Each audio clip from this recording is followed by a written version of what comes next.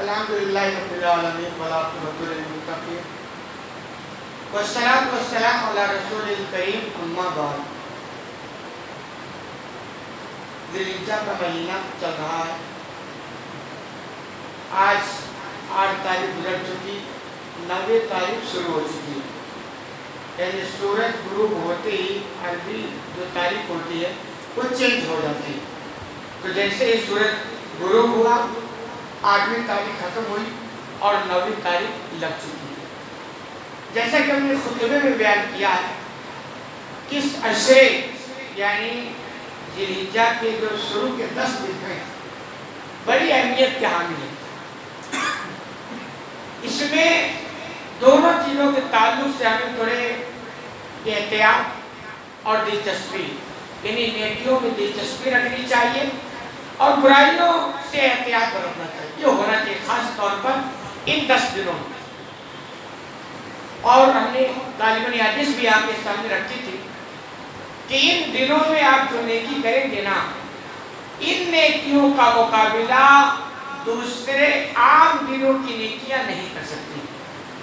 یہاں تک کہ کوئی بندہ اگر جہاد کے لیے نکل جائے اور لوٹ آئے تو اس کی وہ نیکی بھی نیکیوں کا مقابلہ نہیں کر سکتی۔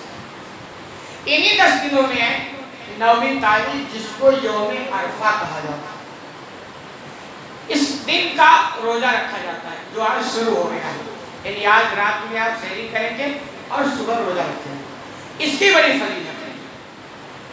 اور روزے کے تعلق سے حدیث کے اندر آتا ہے، حدیث کی کئی کتابوں میں یہ روایت منقول ہے، ترمذی کے اندر ہے، صحیح مسلم کے اندر ہے، کس عرفہ کے روزے کے تعلق سے، یعنی آج جو شروع ہو گیا نا صبح جو رکھیں گے اس کے تعلق سے آپ صلی اللہ علیہ وسلم کا ارشاد انی احتسب علی اللہ، کہ مجھے اللہ سے امید ہے ان یکفر سنۃ التی قبلہ والسنۃ التی بعدہ، کس روزے کی وجہ سے اللہ 1 سال پہلے کے گناہوں کو مٹا دے گا اور 1 سال بعد کے گناہوں کو مٹا دے گا، یعنی 2 سال گناہوں کے کا کفارہ یہ روزہ بن جائے گا۔ کتنی مطلب یہ سمجھیے کہ کتنی دلچسپی، مطلب کتنا شوق دلایا گیا، کتنا بڑا وافق دیا گیا آپ کے لیے۔ 2 سال سمجھتے ہیں، 2 سال، 1 سال کا مطلب عربی مہینے کے حساب سے 360 دن، 2 سال کا مطلب ہو گیا 720 دن ہو گئے۔ اور روزہ کتنا؟ 1 دن روزہ رکھیں گے، 1 دن، اور 1 دن بھی رات نہیں، دن 24 گھنٹے کا 1 دن ہوتا ہے نا، وہ دن صرف دن، یعنی اگر آپ مان لو تقریباً 4 بجے سحری کھا کے فری ہو جائے اور دوسرے دن 7:30 بجے تقریباً 15.5، اس وقت 15.5 گھنٹے کا تقریباً روزہ بن جائے۔ اگر آپ اس 15.5 گھنٹے کی قربانی دیتے ہیں، کتنا بڑا ثواب ہے، 720 دنوں کے گناہوں کا کفارہ بن جائے گا یہ روزہ۔ اور یہ اللہ جو کہ ہماری نیچر کو جانتا نا، اسی نے بنایا، تو ظاہر سی بات ہو جانے گا کیوں نہیں۔ تو اس لیے اللہ نے ایسے موقع دیا کہ یہ بندہ دنیا میں رہے گا نا، یہ اس سے نہ چاہتے ہوئے کمیاں ہوں گی، کوتاہیاں ہوں گی، یہ گناہ کرے گا۔ اس لیے اللہ نے ایسے ایسے موقع دیے، جب یہ موقع مل جائے نا تو پھر ہمیں چوکنا نہیں چاہیے، تو رکھیں گے نا اس میں انشاءاللہ روزہ، انشاءاللہ تو کہیں اس میں روزہ کیسا رکھنا، بہت بڑا نیکی کا کام ہے۔ اچھا، ساتھ ہی ایسی جو باتیں آتی ہیں نا تو ایک بریکنگ کی بات کہ 2 سال کے گناہوں کا کفارہ، تو یہ سمجھ لیجیے کہ یہ چھوٹے چھوٹے گناہوں کا کفارہ ہوگا جو حدیث سے جو مراد ہے۔ اب ایسی باتیں سننے کے بعد وہ لوگ جو دنیا بھر کا ڈکار لے کے بیٹھے ہوتے ہیں کہتے ہیں اب تو میرا فارغ ہے، کرنا کیا، 1 دن کا روزہ رکھو، 2 سال کے گناہ مٹا دو۔ اب چاہے اس بہنوں کا کھا کے بیٹھا ہو، چاہے بھائیوں کا دبا کے بیٹھا ہو، چاہے چوری کر کے بیٹھے ہو، چاہے سود کھا، کچھ بھی کر، کبھی نہیں۔ جو بڑے گناہ ہیں، جو حقوق العباد ہیں، یہ تو لے کر توبہ کے، استغفار کے، معافی تلافی کے معاف ہونے والے نہیں، یہ بریکنگ کی بات رکھنی پڑتی ہے۔ تو یہ چھوٹے چھوٹے صغیرہ گناہ جو ہوتے ہیں وہ مٹا دیے جائیں۔ دوسری بات، روزہ جو عبادت ہے نا، اس کی اپنی ایک الگ ہی خصوصیت ہے۔ یہی وجہ ہے کہ اللہ رب العالمین نے جنت میں جو दाखिला देगा जिस दरवाजों से, रोजे दारों का एक अलग ही दरवाजा बना रखा है जिसको बाबुर रैयान कहा जाता है। यदखुलु मिनहु साइमून, उससे सिर्फ रोजेदार दाखिल होंगे, बाकी कोई दाखिल नहीं होगा। इससे होता कोई प्रोग्राम होते वो VIP गेट लगाते हैं, उससे दाखिल होने वाले समझ जाते भाई ये बहुत मखसूस लोग हैं, बहुत मुअज़्ज़ज़ किस्म के मेहमान, वो VIP लोग हैं। तो ऐसे अल्लाह ने वो अलग दरवाजा बना के रखा जिससे घुसने वाले लोग समझ जाएंगे कि भाई ये अल्लाह के बड़े मुकर्रम लोग हैं, ये अल्लाह की निगाह में VIP लोग हैं जो मखसूस दरवाजे से दाखिल होंगे। तो हमें भी अल्लाह के यहाँ VIP बनना चाहिए ना, नेकियों में बढ़ चढ़कर जितना हिस्सा लेंगे वो कम है। तो ये इसका मतलब एक खुसूसियत है रोजे रखने का। और ये कि रोजे से अखलास पैदा होता है, क्योंकि और जो आप ये बातें करते हैं ना उसमें रियाकारी के चांसेस बहुत ज्यादा होते हैं, लेकिन रोजा जो होता है इसमें बहुत कम होता है। एक आदमी रोजा रखा है उसमें शोर शराबा नहीं होता है, दिखावा दूसरी इबादतों की तरह नहीं हो पाता है। तो बंदा जब रोजा रखेगा ना इस बात का ज्यादा चांस है कि वो अल्लाह ही के लिए रखे हो।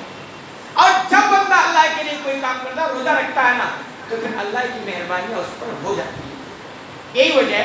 देखिए रोजा कई तरह से होता है। एक तो फर्ज रोजा, जैसे रमजान का रोजा हो कंपलसरी, उसको रखना ही रखना, उसको आप छोड़ नहीं सकते जब तक कि आपके पास माकूल वज़ू ना हो जाए।